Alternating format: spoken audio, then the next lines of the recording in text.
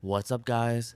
Today we'll be reading some interesting and dark stories, so please give me a like and enjoy. My father had one rule. We were forbidden from acknowledging my mother. I broke it, and now I understand why. I need to start from the beginning. I need to try and make sense of it for my own sake. For as long as I can remember, my life has been governed by one unbreakable rule. It was never spoken aloud, never written down, never explained. It was a rule learned through punishing silence, through the sharp, warning glances of my father, through a pressure in the atmosphere so thick you could feel it on your skin. The rule was simple: we do not acknowledge her. She was my mother. She lived in the house with us. She was as solid and real as the dining table we sat at every night, or the stairs I climbed to my bedroom. But to my father, and by extension to me, she was a ghost we had agreed not to see. Every morning, she would be in the kitchen when I came down for breakfast. She'd be at the stove, a floral apron tied around her waist, and she would turn and smile at me. It was always a sad smile, one that never quite reached her eyes. "Good morning, sweetheart," she would say, her voice soft like rustling leaves. And every morning, I would look right through her, my gaze fixed on the coffee pot on the counter behind her. I'd grab a bowl from the cupboard, pour my own cereal, and sit at the table. My father would already be there, hidden behind his newspaper, a silent monolith. She would sigh, a tiny, deflated sound, and place a third plate on the table between us. A plate of scrambled eggs or pancakes, always cooked perfectly, always destined to grow cold. We would eat our breakfast in silence. The only sounds, the scrape of spoons against ceramic and the rustle of my father's paper. The third plate sat there, a testament to our collective delusion, a steaming, fragrant accusation. She would sit in her chair, her hands clasped in her lap, watching us eat, a hopeful, desperate look on her face. Sometimes she would try to start a conversation. "It looks like it might rain today," she'd offer, her voice wavering slightly. "You should take an umbrella to school." My father would just turn a page, the crinkle of the newsprint sharp and dismissive in the quiet room. I would take a large, noisy bite of my cereal, focusing on the crunch, on anything but the sound of her voice. After a while, she would just fall silent, the hope draining from her face, leaving behind that familiar, deep-seated sadness. Dinner was the same. She'd cook a full meal, something that smelled incredible, filling the house with the scent of roasted chicken or baking bread. She'd set 3 places at the table, complete with napkins and silverware. My father and I would sit, and she would serve us, placing food on our plates, her movements graceful and practiced. Then she would sit down, fill her own plate, and try to engage us. "How was your day at work?" she would ask my father. He would grunt, his attention fixed on cutting his meat into precise, geometric shapes. "And school? Did you have that big test today?" she would ask me.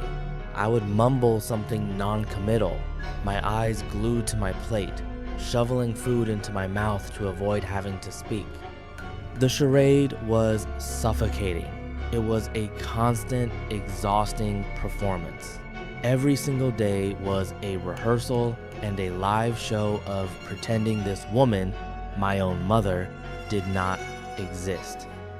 I grew up in a house with 3 people, but I was raised in a world that only acknowledged 2. For years, I just accepted it. Kids accept the most bizarre circumstances as normal because it's all they've ever known. The sun rises, the sky is blue, and we don't talk to mom. It was just a fact of life. I learned to tune her out, to blur her form at the edges of my vision. She became a piece of the background, like a painting on the wall you no longer notice.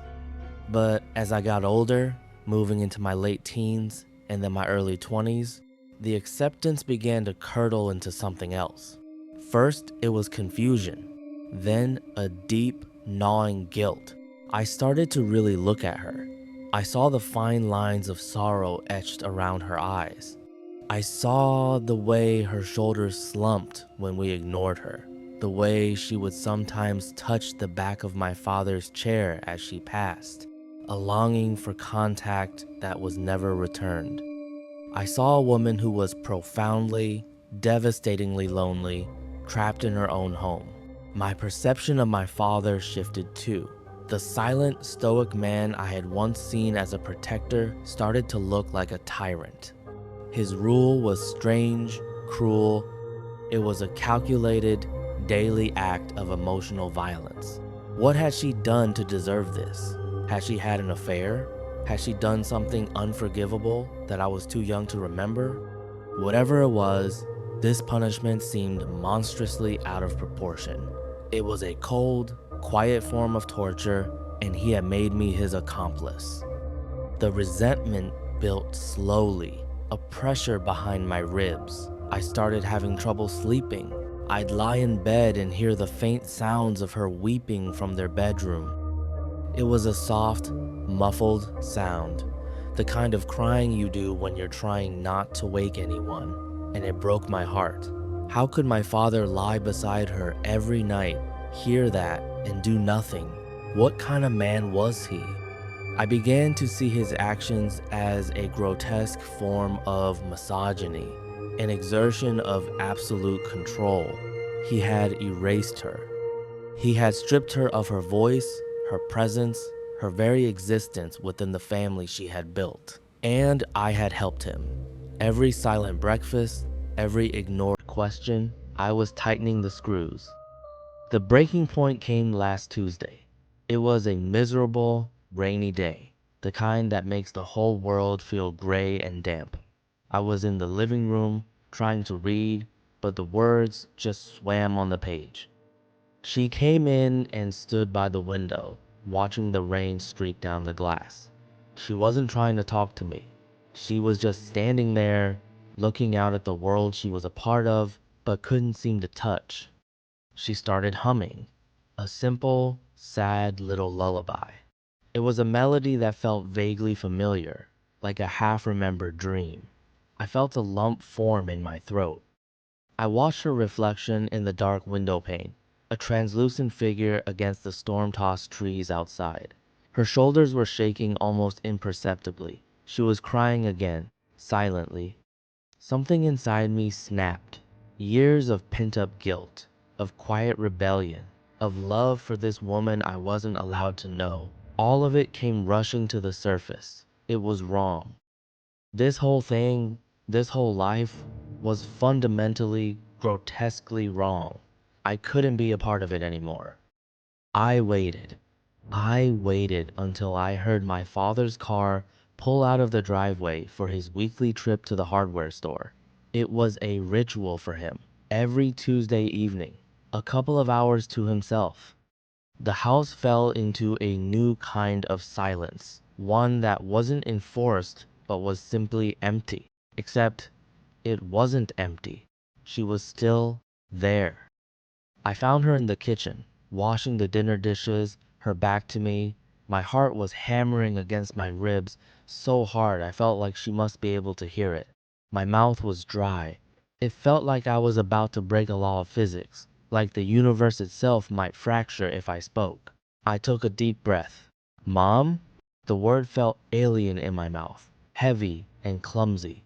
She froze. Her hands, submerged in the soapy water, went completely still. The silence that followed was more profound than any I had ever experienced in that house. It stretched for what felt like an eternity. Slowly, she turned around. Her face was a mask of disbelief. Her eyes, wide and glistening with tears, were locked on mine. She looked at me as if she were seeing a miracle. Her lips parted, but no sound came out. She just stared, her expression shifting from shock to a dawning, radiant joy that was so pure it was painful to watch. You can see me," she whispered, her voice choked with emotion. A single tear traced a path down her cheek. "Oh, my sweet boy, you can finally see me." Her words confused me. They landed strangely, not quite fitting the situation. I took a step closer. "What are you talking about?" I said, my own voice unsteady. "I've always seen you. I see you every day." Her brow furrowed in confusion, but the smile didn't leave her face. It was as if she couldn't bear to let it go. "But you never looked at me. You never spoke." "Dad," I said, the word tasting like poison. "It was him. He told me not to. It was his rule. I was I was a kid. I was scared. I didn't know what to do. But I'm not a kid anymore. And it's wrong. What he's doing to you is wrong." Understanding washed over her face, followed by a shadow of that old sadness. She reached out and took my hand. Her skin was cold, surprisingly so, like marble that had been left in a cellar. But her grip was firm, real. "Your father," she began, her voice trailing off. She shook her head. "He's had a hard time. He does what he thinks is best. But it's okay now. It's okay. This can be our secret, can't it? Just between us." I nodded, my throat too tight to speak. The relief that flooded me was immense, like I'd been holding my breath my entire life and had finally been allowed to exhale. We stood there for a long time, just holding hands in the quiet kitchen. She told me how much she loved me, how she had watched me grow up, proud of the man I was becoming. She asked me about school, about my friends, about my life. It was a torrent of questions, years of unspoken love and curiosity pouring out of her. We talked until we heard the sound of my father's car on the gravel driveway. A sudden panic seized us. She squeezed my hand one last time, a conspiratorial smile on her face. "Our secret," she whispered, and then she turned back to the sink, resuming her washing as if nothing had happened. I bolted from the kitchen, my heart racing, and made it to my room just as the front door opened. The rest of the evening passed in the usual suffocating silence, but this time it felt different. It was charged with my secret. When she looked at me across the dinner table, there was a new light in her eyes, a shared knowledge. It was the first time in my life I felt like I had an ally in that house. We continued our secret conversations for the next few days. Whenever my father was out, we would talk. I learned about her favorite books, the music she loved, the places she dreamed of traveling. She was vibrant and intelligent and funny. She was a whole person, a person my father had tried to bury. And with every word we shared, I felt like I was helping her claw her way out of the grave he dug for her. My anger at him grew with every passing day. He was a monster, a quiet, methodical monster who had stolen my mother from me. I started to think about what to do. Should I confront him? Should I just take her and leave? I felt a fierce, protective instinct I'd never known before. I would not let him hurt her anymore. Then came yesterday morning. I woke up and the house was silent, too silent. There was no smell of coffee brewing, no sound of my father's radio murmuring the morning news from the kitchen. I lay in bed for a while, waiting. But the silence stretched, becoming unnatural, unnerving. I finally got up and went downstairs. The kitchen was empty. The coffee pot was cold. The newspaper was still on the front porch. A prickle of unease ran down my spine. I checked the whole ground floor. No one. I went upstairs and knocked on their bedroom door. No answer. I pushed it open. The room was empty. The bed was neatly made. My father's side of the closet was open, his clothes hanging in their usual, meticulous rows. Her side was the same. Nothing seemed out of place, yet the absence of them was a screaming void. Panic started to set in. I checked the garage. His car was gone. My first thought was that he'd left early for work, but he never did that without telling me. And where was she? Did he take her somewhere? The thought sent a jolt of fear through me. Had he found out about our secret? I spent the whole day in a state of escalating anxiety. I called my father's cell phone a dozen times. It went straight to voicemail every time. I called his office. His secretary said he hadn't shown up, which had never happened before. I didn't know who to call about her. She didn't have a cell phone. She didn't have any friends that I knew of. Her entire world was contained within the walls of our house. By evening, I was frantic. I paced the empty rooms, the silence of the house pressing in on me. Had he hurt her? Had he taken her away to punish her? To punish me? The darkest possibilities began to spiral in my mind. I had to do something. I had to find a clue, anything that could tell me where they went. My search led me back to their bedroom. It felt like a violation to be in there, to go through their things, but I was desperate. I looked through drawers, under the bed, in the closet. Nothing. It was just a room, unnaturally tidy and impersonal. Then I saw it.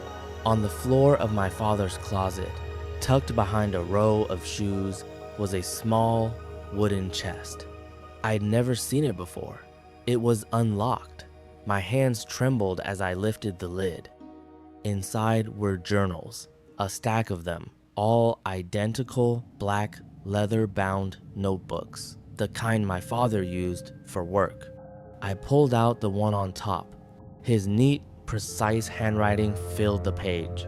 The first entry was dated over 15 years ago.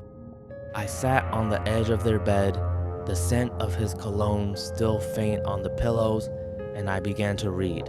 October 12th. It's been a year since the accident. The house feels so empty, a hollowed out shell. I look at my son, and I see her eyes, and the pain is so fresh, it's like it happened yesterday. He's only 3, too young to understand. He just asks for mama. How do I explain to a 3-year-old that she's never coming back? The police report called it a freak accident. A downed power line in the storm. Wrong place, wrong time. It doesn't feel like a freak accident. It feels like a theft. The world has stolen her from us. My blood ran cold. I read the entry again, and then a third time. An accident? She died? No, it was impossible. I had just spoken to her yesterday. I had held her hand. It was a mistake. A different journal. Something. But it was his handwriting, his room. I kept reading, a sense of dread coiling in my stomach. May 3rd, 2 years later. He did it again today. He was playing in the living room with his blocks, and he just stopped and pointed towards the kitchen. He said, "Mama is making cookies." I went in, of course. The kitchen was empty. I told him Mama was in heaven, like we've practiced. He just shook his head. "No, she's right there," he said, and he described her. He described the yellow dress she was buried in. I felt a coldness spread through me that had nothing to do with the temperature in the room. He's 5. His imagination is running wild. That's all it is. May 28th. It's not his imagination. He talks to her every day now. I've started to see glimpses. A flicker of movement in the corner of my eye when he says she's walking past. A faint scent of her perfume in a room she supposedly just left. This morning I was in the hall and he was in his room, chattering away. I asked who he was talking to. "Mama," he said, "she's singing me a song." And then I heard it, faintly through the door. A lullaby, the one she used to sing to him. I almost threw up. June 15th. I confronted it today. My son was sitting on the sofa, talking to the empty space next to him. I stood in the doorway and I said her name. I asked her what she wanted. My son looked at me, his eyes wide with fear, and the air in the room grew heavy, cold. A pressure built against my eardrums. I felt a sense of malevolence. of pure hatred directed at me. It looked like her. It sounded like her. But when I forced myself to look at the spot my son was staring at, I saw it, just for a second.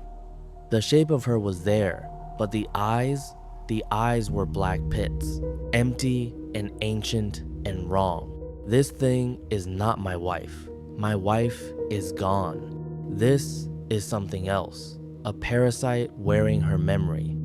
My breath hitched in my chest. I felt a wave of nausea. This was insane. He was insane. He was grieving. He had gone mad. That had to be it.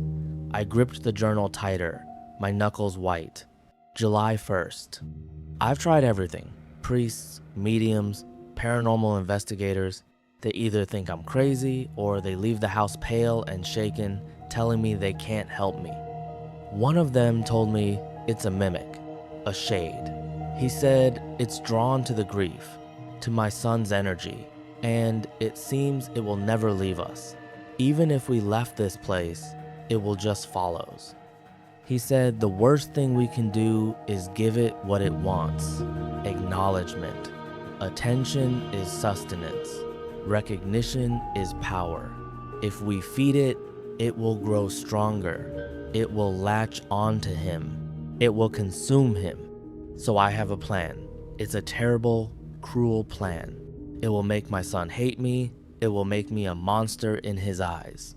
But it's the only way I can think of to protect him. We have to starve it. We have to pretend it isn't there. We have to cut off its food supply.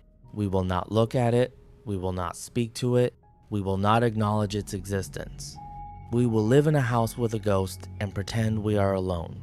May God forgive me for what I am about to do to my own child. The journal fell from my hands, landing with a soft thud on the carpet. The room was spinning. Every memory of my childhood, every silent dinner, every sharp glance from my father, it all rearranged itself in my mind into a new and terrifying picture. I scrambled for the last journal, the one from this year.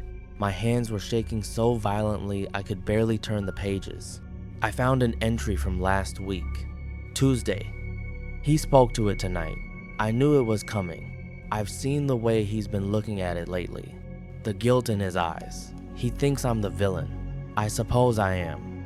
I would rather he hate me and be safe than love me and be lost. But now he's broken the rule. He's opened the door. When I came home, the air in the house was different, thicker, charged. And it looked stronger, more solid.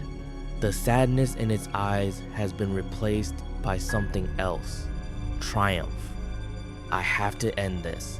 The old man, the one who called it a mimic, he gave me a final option, a last resort.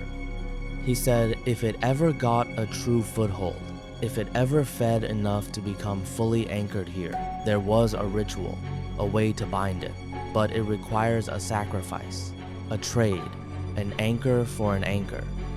He told me it would probably kill me, but what life have I been living anyway? A jailer in my own home, hated by my own son. If this is the price to set him free, I will pay it. He's talking to it again. I can hear them whispering in the kitchen. I love you, my son. I hope one day you'll understand. I hope you'll forgive me. That was the last entry.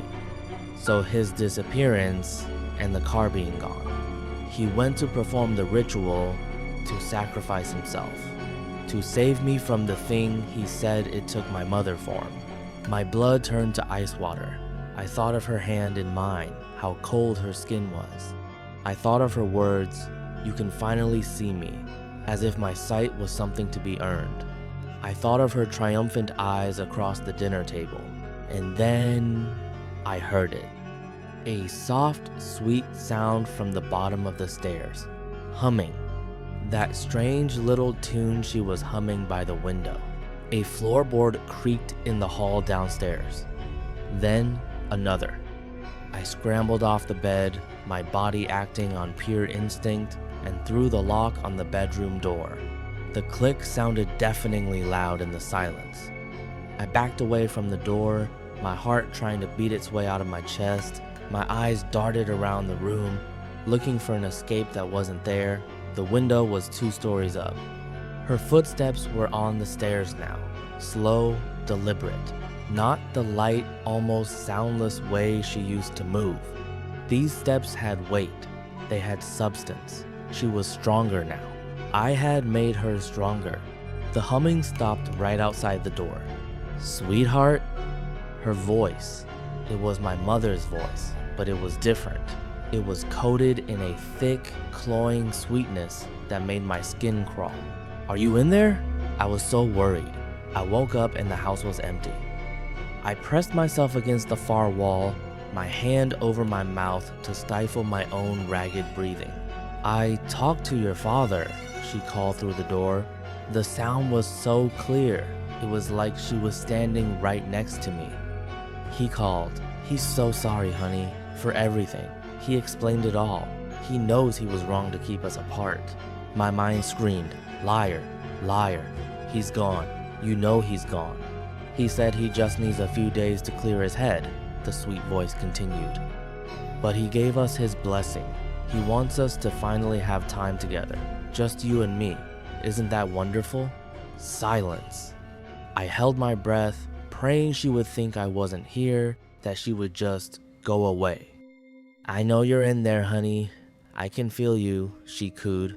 "Come on, open the door. I'm going to make you some pancakes, just like I used to." She never used to make me pancakes. "Please, son, don't shut me out again. Not after you finally let me in. It's all going to be okay now. I'm here. I'll take care of you. We'll be a proper family." The words hung in the air, thick and venomous. A silence followed, stretching for a few agonizing heartbeats. Then, a new sound, a soft, metallic scrape. The doorknob began to jiggle, slowly at first, then with more force. Click, rattle, click. My breath caught in my throat. It was trying to get in. It was physically trying to reach me. I backed away until my shoulders hit the cold wall, my eyes wide and fixed on the trembling brass knob. The wood around the lock groaned under the pressure. My phone was in my pocket. The weight of it was a sudden, desperate comfort. My hands were slick with sweat as I fumbled to pull it out. My thumb hovered over the emergency call button. What could I possibly say? There's a woman in my house who looks and sounds like my mother, but my dad's journals say she died 15 years ago, and this thing is a mimic that feeds on attention. They would send an ambulance with a straitjacket, not a squad car with armed officers. The rattling stopped. For a moment, there was nothing. A profound, terrifying quiet. And then, a new sound began. A soft, rhythmic scratching on the other side of the door, like long fingernails dragging slowly, deliberately down the grain of the wood. Scrap-hay, scrap-hay, over and over. A sound that was patient and possessive. That was it. I didn't care how crazy I sounded. I stabbed the call button. A calm voice answered, 911, what's your emergency? I cupped my hand over the phone speaker, my own voice, a choked, ragged whisper. There's an intruder in my house. I'm locked in my bedroom, upstairs. Can you describe them, sir? The dispatcher asked, her voice perfectly level. The scratching continued, a counterpoint to her professional calm. I can't. I haven't seen them. I just hear them. They're right outside my door. Please, you have to hurry. There was a fractional pause on the other end. A unit is on its way, sir. Can you stay on the line with me? No, I whispered, my eyes locked on the door. I can't make any noise. I ended the call before she could protest. Line. The scratching stopped the instant the call disconnected, as if it heard, as if it knew. The silence that rushed back in was somehow heavier, more menacing than before. It's waiting. It knows I've called for help. It knows its time might be limited. Or maybe it's just enjoying this. I'm trapped in this room. I've called the police, and I don't know if they can even do anything. I don't know what they'll find when they arrive. What if it's just gone when they get here? They'll find my dad's journals, they'll see the state I'm in, and they'll think I'm the one who's broken. But all I can do is wait for them. I'm writing this down, getting it all out as fast as I can on my phone. I need someone to know the truth.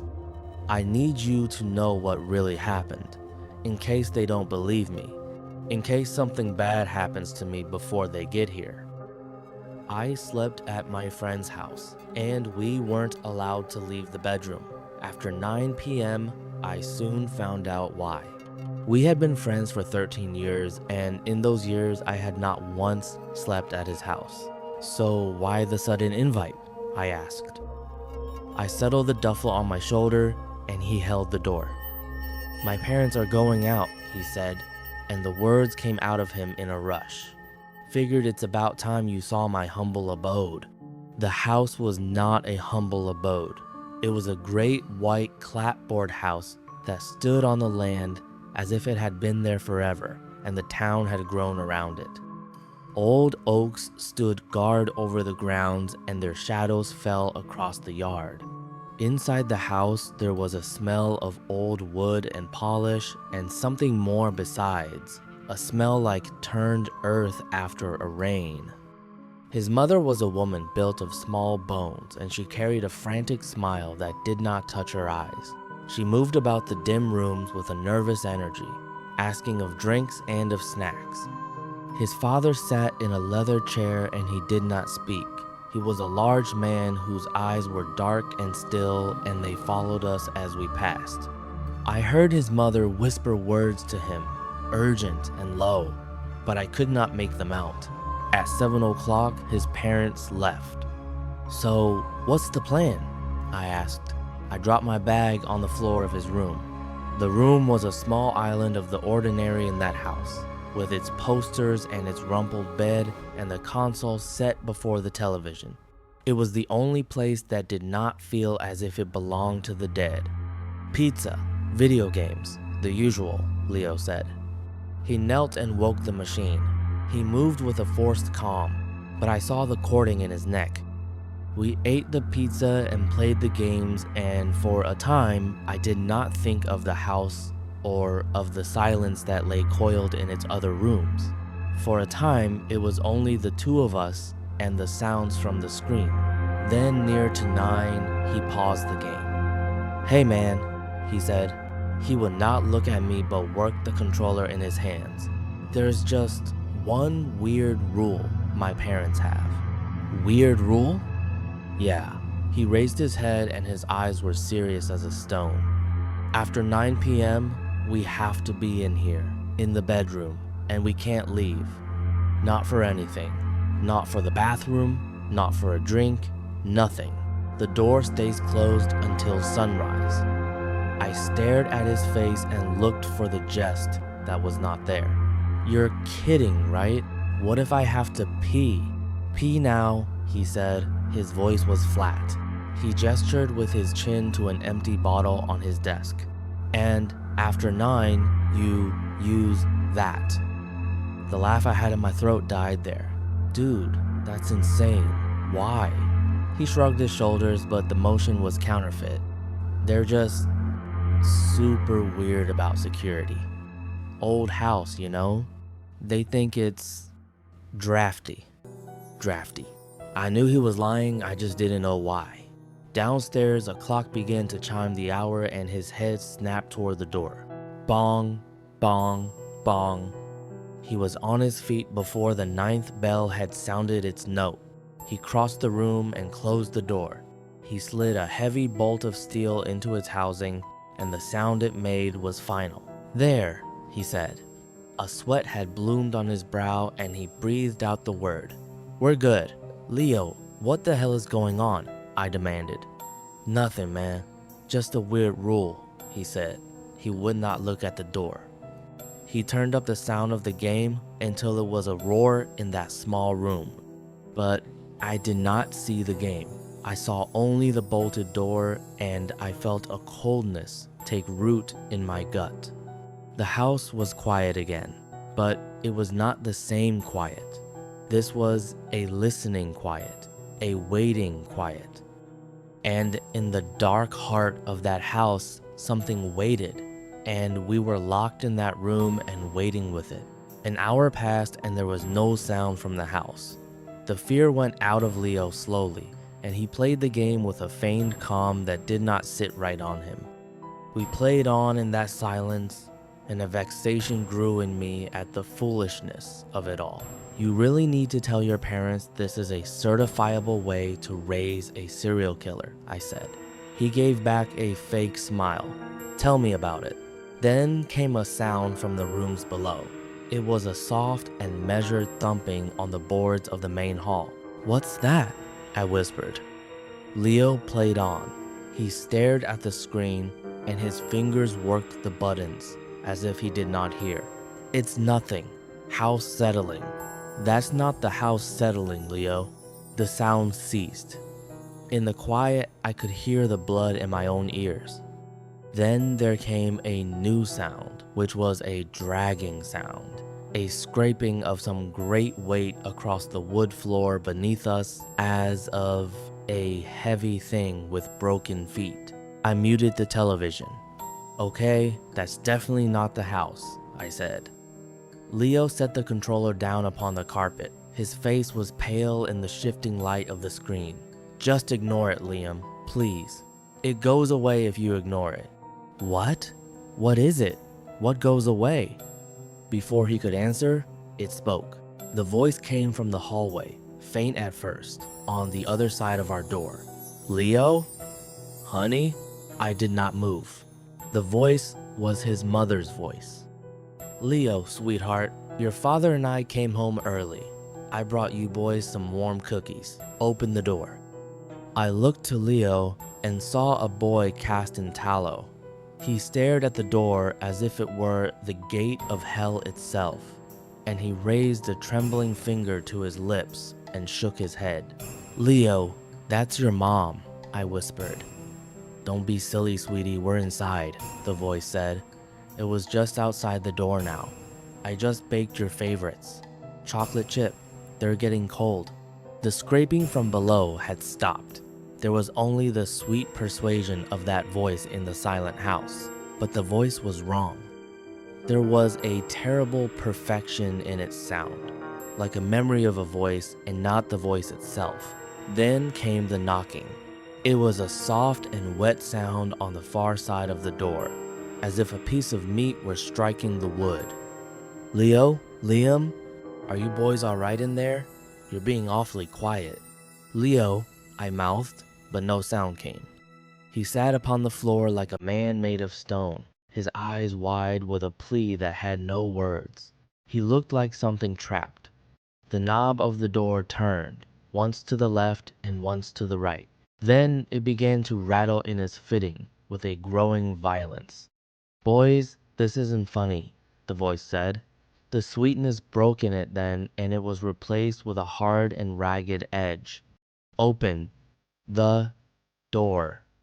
A great blow struck the door, and the frame of it groaned in the wall.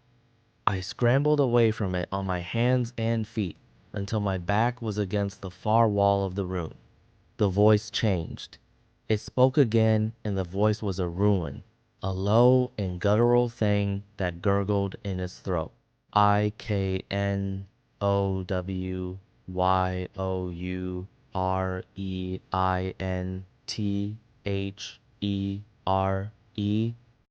The wet tapping began again, faster now and frantic.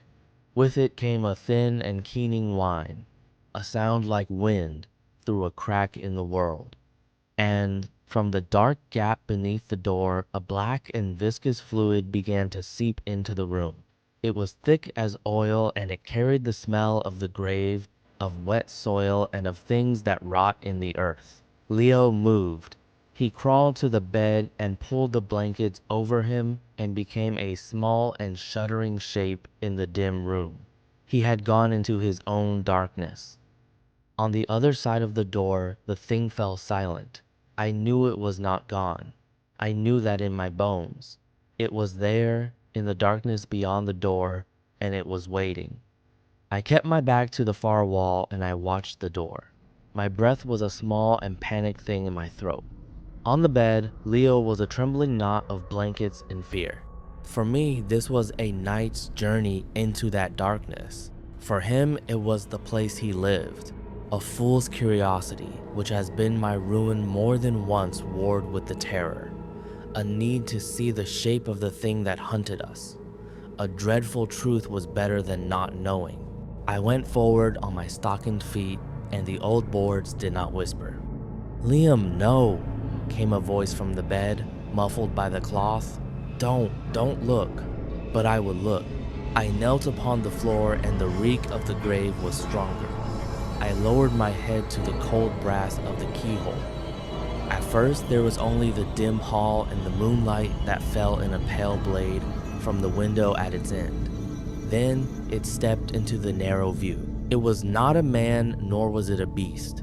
It was a thing that was built of sticks and of shadow, impossibly tall and thin.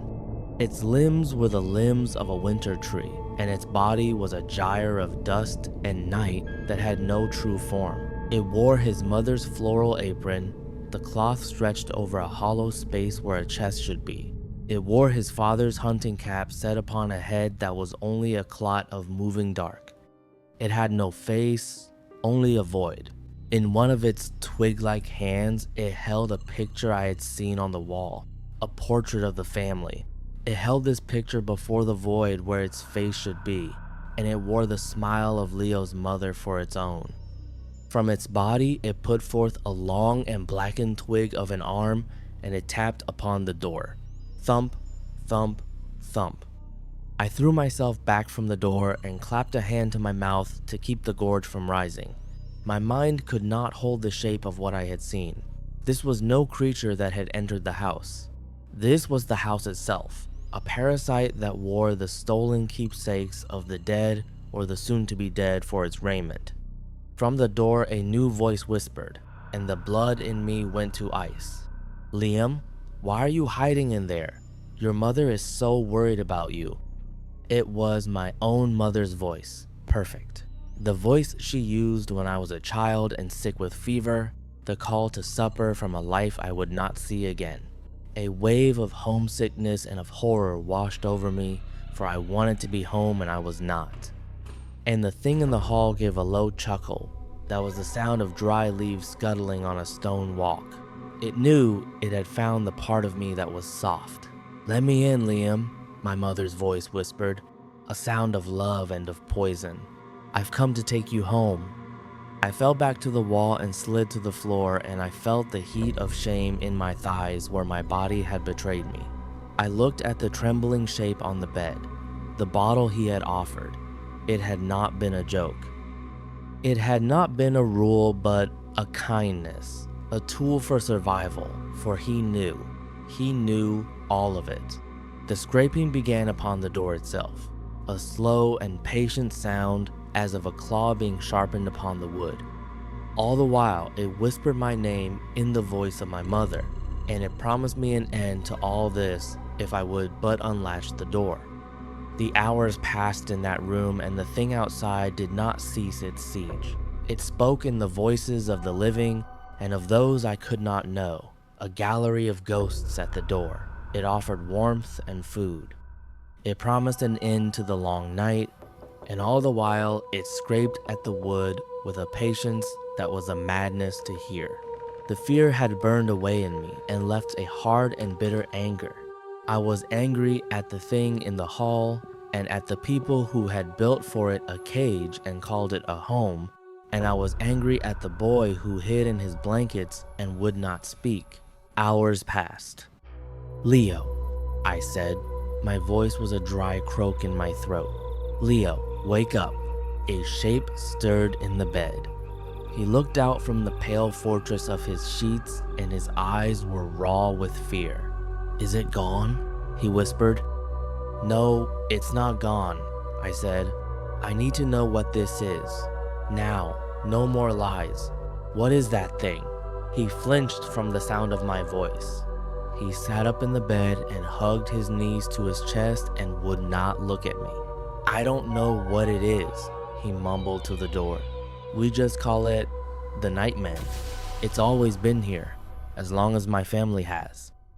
The story came out of him then, a broken telling in the dark. His great-great-grandfather had built this house upon unhallowed ground. And from the first night, there was a wrongness in the wood and in the walls.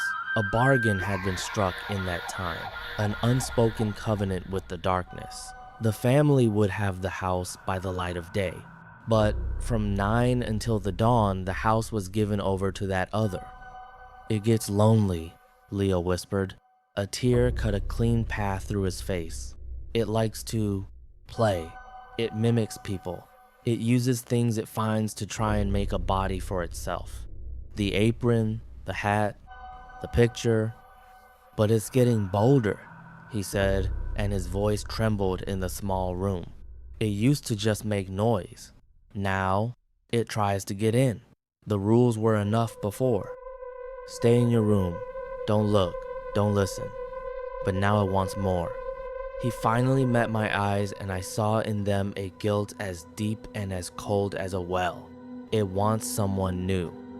A cold truth settled in my soul, and it wound me. The sudden invite, the fear in his parents' eyes, the heavy bolt on the door. You brought me here for it?" "No, I didn't want to," the boy's voice broke. "My parents, they said it was getting too strong, that it wouldn't be satisfied with just them anymore. They said if it had someone new, someone not from the family, maybe it would be satisfied. Maybe it would leave us alone for a while." He had led me here as a lamb to the altar. His parents had not gone out. They were in this house, in their own locked room, and they were listening. They were praying that the beast in the hall would choose me. And then the scraping stopped. The whispers died. The house fell into a quiet so profound it was like the earth had stopped its turning. "What's happening?" I breathed. Leo's eyes grew wide. From the floor below, a new sound came. The sound of feet on the stairs. Heavy. A footfall. And the dragging of a dead weight. Thump. Drag. Thump. Drag. It was not trying to trick us. The game was done. The footsteps ceased outside our door. The silence held for a count of 3. Then a crack like thunder sounded as a great force struck the door. The wood splintered and the deadbolt shrieked in its housing. Crack. A web of breaks spidered from the lock. A fine dust of ruined wood fell to the floor. "It's never done this before," Leo whimpered. He crawled away toward the dark corner of the room. "It's never tried to break the door down." Crack! Bang! The deadbolt was torn from the frame like a tooth from a jaw. The door swung inward on its hinges with a sad and final groan. And in the blackness of the hall, I saw it. There was no void. It had filled itself. Its body was a terrible congress of things stolen from the house. Floorboards for shins and rusted pipes for arms. Its torso, a twisted cage of stair banisters, and within that cage I saw my own duffel bag, and it pulsed like some dark and foreign heart. Its head was the grandfather clock from the hall. It leaned upon its neck of twisted wood, and the pendulum swung behind the glass face like a wild and frantic eye. From the clock, a voice came. Not one voice, but all of them. A discordant chorus speaking as one. "Time is up." The door swung open on its ruined hinges, and the thing assembled from the house's bones stepped into the room. Its coming was a grinding of parts, a clicking of old wood and metal, and the air filled with the smell of sawdust and the deep earth of the grave. Leo cried out, a sound of pure terror that was lost in the noise of the thing's advance. A hot and primal fear seized me, not of a predator, but of a thing that was wrong in the world. I took up a glass trophy from the desk and I threw it with all the strength that I had. It struck the face of the grandfather clock and the glass shattered in a spray of bright shards. The thing reeled back. It made a sound like all the clocks in the world striking some final and calamitous hour at once. It gave us a moment. "The window!" I screamed. I grabbed Leo by his arm and dragged him, for he was a thing of stone. My fingers were slick with sweat and they slipped upon the window latch. It would not give. It had been painted into its frame. The thing righted itself. The broken glass of its face caught the moonlight in 1,000 crazed points of light. It came for us, its arm of rusted pipe raised up to strike. "The bed! Help me with the bed!" I yelled. Adrenaline found him at last and he moved. We set our shoulders to the heavy oak bedstead and turned it onto its side and made of it a poor and flimsy barricade. The creature stumbled into the mattress and its feet, made of chair legs and other things, became tangled in the sheets. It roared and it began to tear the bed apart with its hands, ripping the guts of it out onto the floor. We were trapped in the corner of the room with the unyielding window at our backs. "The sun," Leo gasped, and his eyes were wild. "It's the only thing. It has to be inside before the sun comes up." I looked out into the night and the sky was a deep and starless black. We did not have hours. The creature tore itself free of the ruined bed. It came on, slow now, for it knew that we were its own. It raised a hand made of silverware from the kitchen, the forks and the spoons bound together to make a shining and terrible claw. And then I saw a thing tucked behind his television. It was a high-powered flashlight. A last and desperate thought came to me. I lunged and took up the cold metal of the flashlight. The thing was upon me. I smelled the dust of its body and I saw the brass pendulum swinging in its broken face. I found the switch and a great pillar of white struck it full in its head. It shrieked a sound of pure agony. The light did not burn it but seemed to unmake it from itself. The spoons of its hand clattered to the floor. A floorboard on its legs split and fell away. The light was a poison to the thing's very being. It shielded the ruin of its face with its pipe arm, and it stumbled into the shadows by the door. And in that room began the longest watch of my life. I held the light like a sword, and the beam of it was the only thing that held the creature at bay. Leo huddled behind me and cried out when it scuttled at the edges of the room. We were keepers of a light against a great and pressing dark, and the strength in my arm burned away and the batteries that fueled our light would not last. The creature would lunge and I would drive it back with the beam and we would wait and listen to it breathing in the shadows. The hours passed this way in a stalemate between the light and the dark. The beam of the light began to fail. It flickered. "It's dying," I gasped.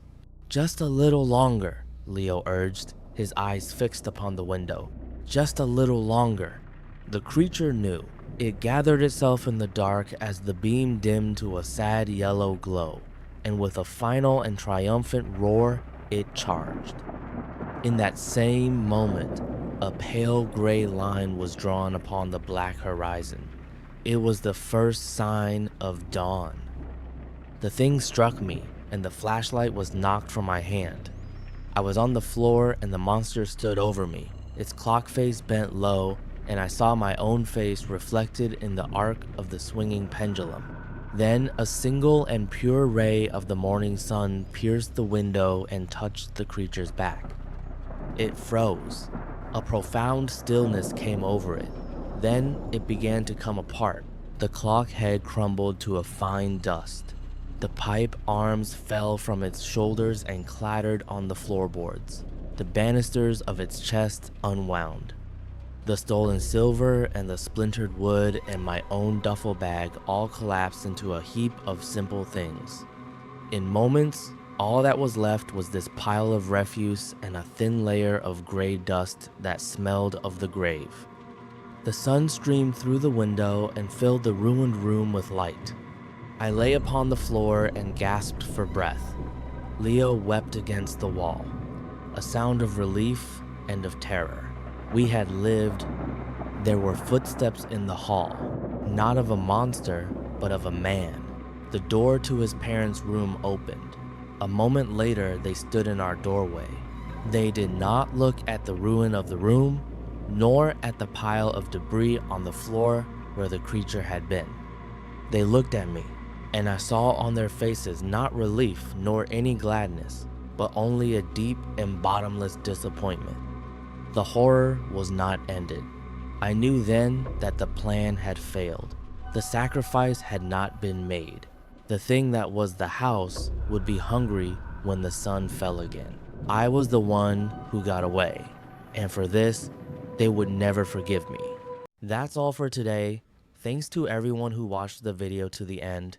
Subscribe, like, and share your thoughts on today's stories. Thanks for watching. Have a great time.